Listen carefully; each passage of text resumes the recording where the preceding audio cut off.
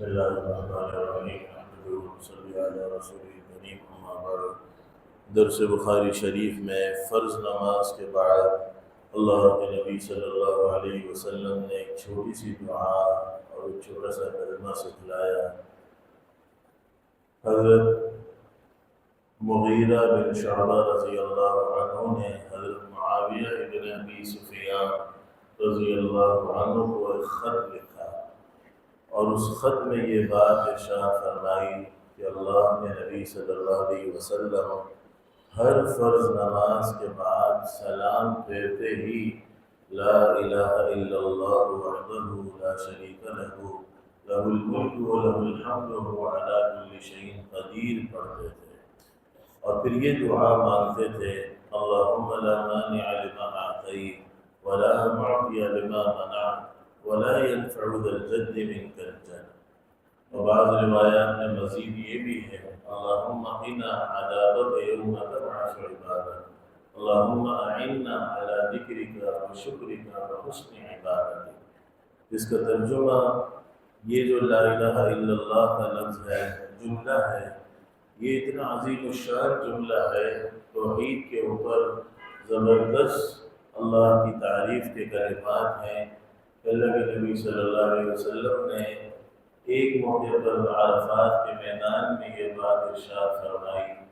کہ میرا اور مجھ سے پہلا تمام انبیاء کا عرفات کے میدان میں یہ وظیفہ رہا ہے لا الہ الا اللہ وحدہ لا شریک لہ لہ الملک ولہ الحمد وہو علی کل شیء قدیر۔ اور دوسرے موقع پر آپ نے ارشاد فرمایا جو بازار میں گزرتے ہوئے داخل ہونے کے بعد یہ کلمات کہہ لے تو اس کے نام اعمال میں 10 لاکھ نیکیاں لکھ دی جاتی ہیں، 10 لاکھ چھوٹے گناہ اس کے معاف ہو جاتے ہیں، 10 لاکھ درجات اس کے بلند ہو جاتے ہیں۔ تو ایک تو جو تسبیحات فاطمہ ہم پڑھتے ہیں یا جیسے پرسوں عرض کیا تھا کہ 10 مرتبہ سبحان اللہ الحمدللہ اللہ اکبر ہی کم از کم پڑھ لیں، جب مکمل تسبیحات فاطمہ نہیں پڑھی جا رہی تو اس کے ساتھ یہ لا الہ الا اللہ وحدہ لا شریک لہ لہ الملک ولہ الحمد وہو علی کل شیء قدیر ایک دفعہ ضرور پڑھ لیں۔ اس کے بعد یہ جو دعا ہے اس کا مفہوم ہمارے ذہن میں ہونا چاہیے اللہم لا مانع لما اعطیت، اے اللہ جو کچھ آپ عطا کرے کوئی اس کو روک نہیں سکتا، ولا معطی لما منعت، اور جس چیز کو آپ روک دیں اسے کوئی عطا نہیں کر سکتا، ولا ينفع ذا الجد منك الجد۔ ذا الجد کے ایک معنی آتے ہیں اللہ کی طرف سے جو انسان کو آباء و اجداد کی نعمت ملی ہوئی ہوتی ہے اور نسب کی نعمت ملی ہوئی ہوتی ہے، تو کسی خاندان والے کو کسی نسب والے کو اس کا نسب نفع نہیں دے گا، خاص کر قیامت کے دن کے بارے میں جیسے آج ہی آپ نے نماز میں سنا اذا نفخ فی الصور فلا انساب بینہم، جب سور پھونکا جائے گا تو کسی کا خاندان کسی کا نسب اسے کام نہیں دے گا۔ آپ علیہ السلام نے اپنی بیٹی فاطمہ رضی اللہ عنہا سے فرمایا بیٹی من بطأ بہ عملہ لم یسرع بہ نسبہ، جس کا عمل اسے پیچھے کر دے